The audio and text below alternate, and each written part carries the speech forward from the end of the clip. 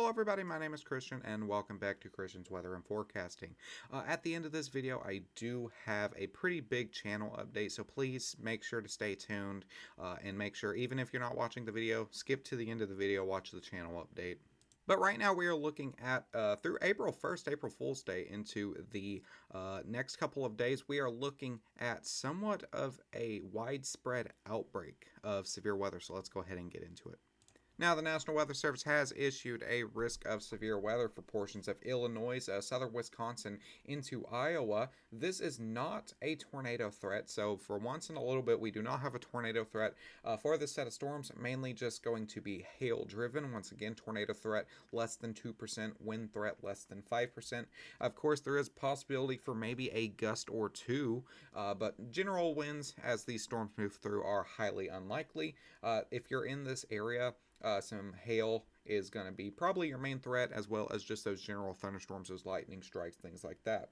Marginally severe hail is possible tonight across eastern Iowa into northern Illinois, and you can pause the video to read the hypnosis. This will then forecast over into day 2, seeing some general thunderstorm risk through the central plains over to the eastern valley of the Ohio Valley, and even into the western states, portions of Nevada, and into California. This is not severe whatsoever, no wind, hail, tornado threat at all, just general thunderstorms expected. Severe thunderstorms are not expected. You can pause to read the hypnosis. Now, into day 3, whether you do like it or not, Easter Sunday is going to be the start of somewhat of a major widespread outbreak. If not a severe weather outbreak, could even be a tornado outbreak, depending on what the models show within the next couple of days. Sunday, Easter Sunday, marginal risk of severe weather stretching through multiple states, including Iowa, Missouri, Illinois, Indiana, Ohio, West Virginia, Kentucky, even into portions of that Kansas, Nebraska area. Probabilistic of this being severe, 5, tornado, wind, and hail, all going to be possible. A marginal risk of Sunday, a marginal severe threat will be potential for hail is expected Sunday and Sunday and Sunday night, from the lower Missouri Valley eastward into the mid-upper Mississippi and Ohio valleys. So from what that's saying, mainly going to be a hail threat. We will have to continue to monitor if there will be a tornado threat of some sorts. Day 4 on Monday is when things are supposedly supposed to get very interesting. Like I've been saying, a supposed outbreak of severe weather, maybe even tornadoes possible through portions of Oklahoma, Kansas, Missouri, and into Arkansas, even a little portion of Illinois, as well as that 15%, even stretching portions, Kentucky, Ohio, Indiana, Illinois, down into Texas, portions of even Louisiana up here even. And this looks like, from what I'm seeing, some sort of severe weather outbreak. As we move into the first and into the second, we do have some upper level shear. This is the first moving into the second. You can see that 80, 85, even into the 90s. Upper level wind shear, even into portions of 110, 115, 120 as we move into day 3 and off into the coast.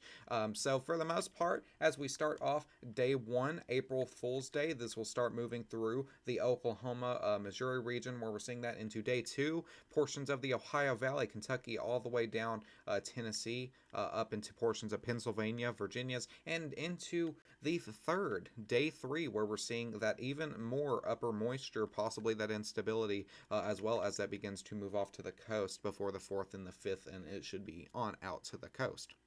The Colorado State University models are also out, and they are predicting a 45% hatched risk for severe weather, somewhat of a moderate risk, a 30 to a 45% for their day 4 forecast. With this event in particular, I would not be surprised if this goes moderate. If it stays enhanced, it'll stay enhanced, but honestly, I'm really not surprised if this does go into a moderate risk. Personally, though, I don't expect this to go any more higher than a moderate. A high, most likely unlikely, although I will continue to monitor just to make sure that doesn't change. Although do keep in mind that anything can change. This is still day 4, day 5. This is still pretty ways out. Anything can change from what the models are agreeing with. We will then move into day 5 with a 15% risk of severe weather through portions of the Tennessee, Ohio Valley up into portions of like Virginia, West Virginia, Pennsylvania. This includes Tennessee, upper Mississippi Valley, Tennessee, into Kentucky, Indiana, Ohio, West Virginia, Virginia, Pennsylvania, even portions of Delaware, areas of that nature. With the hypnosis, you can pause to read this. This area is day 4. This area is day 5, and even into this area, day 6, where we're seeing that upper level shear, it is possible. Although with day 6, there is not much of a risk there for the day 4 through 8. Here we are on today, the 29th. Things will remain calm for the rest of today. Tomorrow we could see snow, rain showers up here towards Maine, maybe a little bit of snow, some storms popping up towards here, up into the Dakotas, even into portions of Minnesota, as well as a low front slamming into California, bringing some heavier style rain, maybe some snow to the California mountains. Before, on the 30th, tomorrow, storms will start sparking up along with a low front push to the Ohio Valley, could bring that severity where we're seeing that general thunderstorm risk. It could be a wind gust 2 always possible. National Weather Service is not expecting this to be a huge event.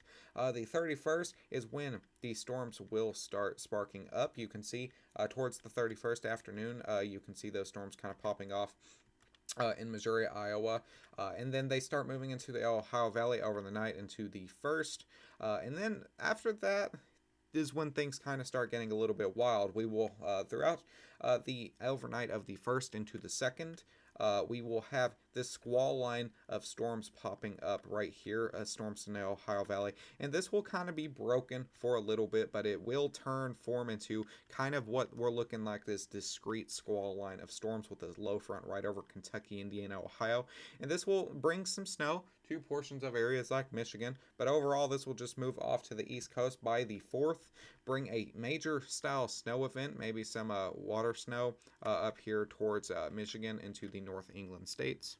And while all this is happening towards the East Coast, over towards the West Coast, Washington, Oregon, into California, and even into some inland states, the 3rd, 4th, and 5th, we do have a good amount of snow trying to fall once again. Could see some winter storm warnings pop up over there, and this will happen over the course of a few days. So you can see it kind of if we move the model all the way back. The 2nd into the 3rd is when it's impacting the United States, and you can see it's just broken through the 4th, into the 6th, into the 7th, even into the 8th.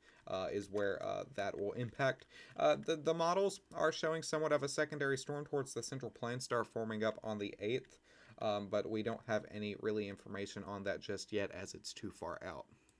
And so here we are on the HRRR, and what we're going to be monitoring today is for these storms right up here to be spawning up portions of Indiana, Illinois, Indiana, even into portions of Ohio, for some larger hail risk before that eventually just moves off into the morning. It will kind of die down. West Virginia, Virginia could see some storms, even into Kentucky.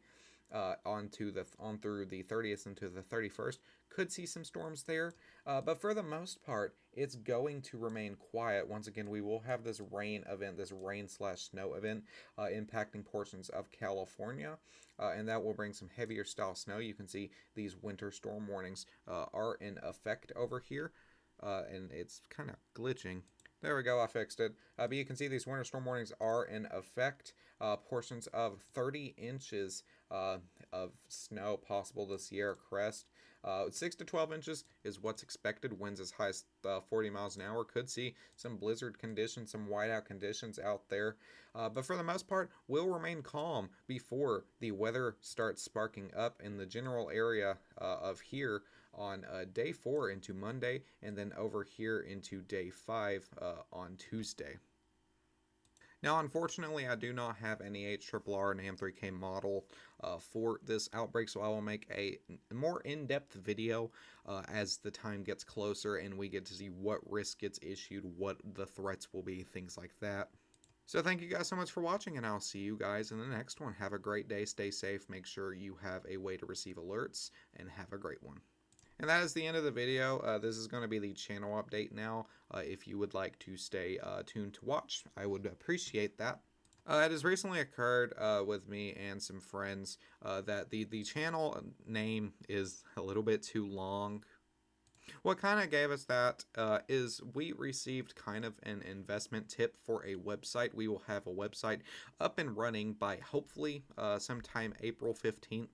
It could be around ish that day. You'll be able to see any videos and all that off of that website, as well as general information about me, things like that, my email, all that stuff, yeah, all that great stuff you would need. But this investment goal is to get monetized or at least 1,000 subscribers by the end of the next year, March next year. So it would extremely help if you guys comment on the videos, you guys watch the videos, help boost the algorithm, subscribe, and just overall just help. Let's get to that 1,000 mark goal. As well as that, I will try to get some sponsorships as well with people like maybe even Radar Omega. I see a lot of people on there sponsoring them.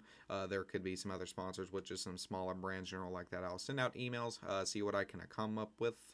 But for those of you who have helped, I do thank you guys so much for watching and tuning into the content. Very much do appreciate you. Let's go ahead and hit our goal. I'll see you guys in the next one. Have a great day.